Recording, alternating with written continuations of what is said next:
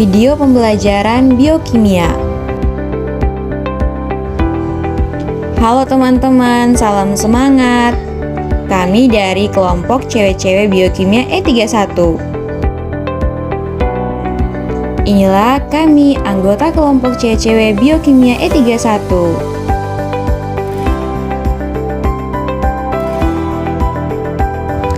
Teman-teman, di video ini kami akan menjelaskan materi tentang enzim.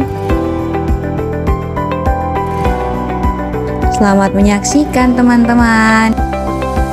Di sini saya akan menjelaskan pengertian dari enzim. Enzim adalah suatu senyawa protein yang sangat menonjol dan amat khusus yang memiliki sifat khusus, yakni aktivitasnya sebagai katalis dalam mengatur reaksi-reaksi kimia dalam sel-sel organisme hidup. Secara sederhana, rumus reaksi enzim dituliskan sebagai berikut. Selanjutnya, struktur enzim. Teman-teman bisa perhatikan pada gambar yang berwarna merah itu adalah protein yang mengandung opoenzim, dan yang berwarna biru itu adalah molekul organik yang mengandung koenzim. Ada bagian tempat aktif dan ada bagian aktivator ion logam. Yang berwarna pink itu adalah substrat. Opoenzim atau bagian protein tidak aktif ditambah koenzim grup protestik yang tidak aktif menghasilkan holoenzim, enzim lengkap dan aktif. Oke teman-teman, selanjutnya kita akan membahas komponen penyusun enzim. Enzim itu terdiri dari dua bagian. Bagian yang pertama, apoenzim atau komponen protein. Yang kedua, gugus prostetik atau komponen non-protein. Gugus prostetik ini terbagi lagi menjadi dua, yaitu organik atau koenzim dan anorganik atau kofaktor. Contoh dari kofaktor ini adalah Zn2+, Cu2+, Mn2+, Mg2+, K+, Fe2+, dan Na+. Sedangkan contoh dari koenzim adalah vitamin, yaitu ada vitamin B1, B2, B6, dan NAD+. Baik, saya akan menjelaskan beberapa sifat dari enzim. Sifat yang pertama yaitu biokatalisator. Biokatalisator dapat mempercepat berbagai reaksi kimia yang ada di dalam sel dengan menurunkan energi aktivasi. Yang kedua, spesifik. Spesifik yaitu suatu enzim tertentu hanya dapat mengadakan perubahan pada saat tertentu pula. Yang ketiga, enzim bekerja secara bolak-balik.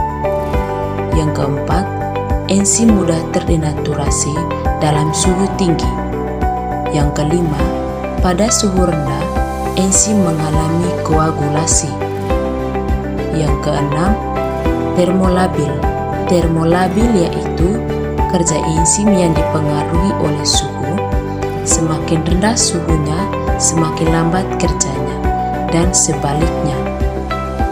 Yang ketujuh, hanya diperlukan dalam jumlah sedikit dikarenakan sifatnya yang sebagai katalisator. Dan yang kedelapan, enzim yaitu termasuk koloid. Yang kesembilan, enzim memiliki nama tertentu yang bersifat khusus. Nama pertama merupakan nama molekul yang diikat, sedangkan nama kedua menunjukkan bentuk reaksi yang difasilitasi oleh enzim dan diberi akhiran AC. Selanjutnya, macam-macam enzim. Secara umum, enzim dibagi menjadi 6 kategori sesuai dengan fungsinya. Yang pertama, oksidoreduktase, yaitu enzim yang mengkatalisis reaksi reduktasi atau pemindahan elektron. Yang kedua, transferase, yaitu mengkatalisis reaksi pemindahan gugus fungsionil molekul ke molekul lain. Yang ketiga, hidrolase, yaitu reaksi pemindahan gugus fungsional ke air. Yang keempat, liase, yaitu penambahan gugus ke ikatan ganda atau sebaliknya. Yang kelima, isomerase, yaitu pemindahan gugus di dalam molekul menghasilkan bentuk isomer. Yang keenam, ligase, yaitu mengkatalisis reaksi yang menggabungkan dua molekul menjadi satu molekul. Teman-teman, saya akan menjelaskan tentang fungsi enzim. Yang pertama, sebagai biokatalisator, yaitu zat yang mampu mempercepat suatu reaksi kimia dalam tubuh tapi tidak ikut bereaksi. Yang kedua, enzim mempunyai peranan yang sangat penting di dalam suatu reaksi kimia, ialah untuk mempercepat suatu reaksi kimia pada tubuh organisme, yaitu pada proses metabolisme dan anabolisme maupun katabolisme. Yang ketiga, memecah partikel makanan selama proses pencernaan. Pencernaan makanan di mana molekul nutrisi yang besar seperti protein, karbohidrat, dan lemak dipecah menjadi molekul yang lebih kecil.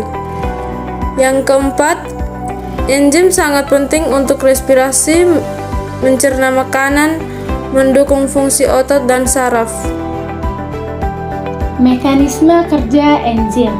Nah, teman-teman, mekanisme kerja enzim di sini dibedakan menjadi 3 faktor. Yang pertama, berdasarkan tempat kerjanya. Yang kedua, berdasarkan keberadaan substrat, dan yang ketiga, berdasarkan sifat komplementer. Yang pertama nih, berdasarkan tempat kerjanya. Berdasarkan tempat kerjanya, enzim terbagi menjadi ekoenzim dan endoenzim. Eksoenzim sendiri adalah enzim yang bekerja di luar sel, sedangkan endoenzim adalah enzim yang aktivitasnya di dalam sel. Yang kedua, berdasarkan keberadaan substrat. Berdasarkan keberadaan substrat, enzim dibedakan menjadi 2 juga. Yang pertama, enzim konstitutif dan enzim induktif. Enzim konstitutif adalah enzim yang terus terbentuk walaupun tidak ada substratnya. Sedangkan enzim induktif adalah kebalikan dari enzim konstitutif, yaitu enzim yang hanya terbentuk jika ada rangsangan substrat. Untuk yang ketiga, berdasarkan sifat komplementer. Sifat komplementer di sini maksudnya sisi enzim harus komplement satu sama lain. Enzim memiliki sisi aktif, yaitu sisi yang melakukan fungsi pengarahan, pengikatan, dan katalisis. Sisi aktif ini biasanya berupa celah asam amino yang khusus. Mekanisme kerja enzim. Cara kerja enzim dijelaskan dalam 2 teori. Teori yang pertama yaitu teori gembok dan anak kunci atau lock and key. Enzim dan substrat bergabung seperti gembok dan anak kunci. Hanya anak kunci tertentu yang cocok dengan gembok. Begitu pula dengan enzim dan substrat.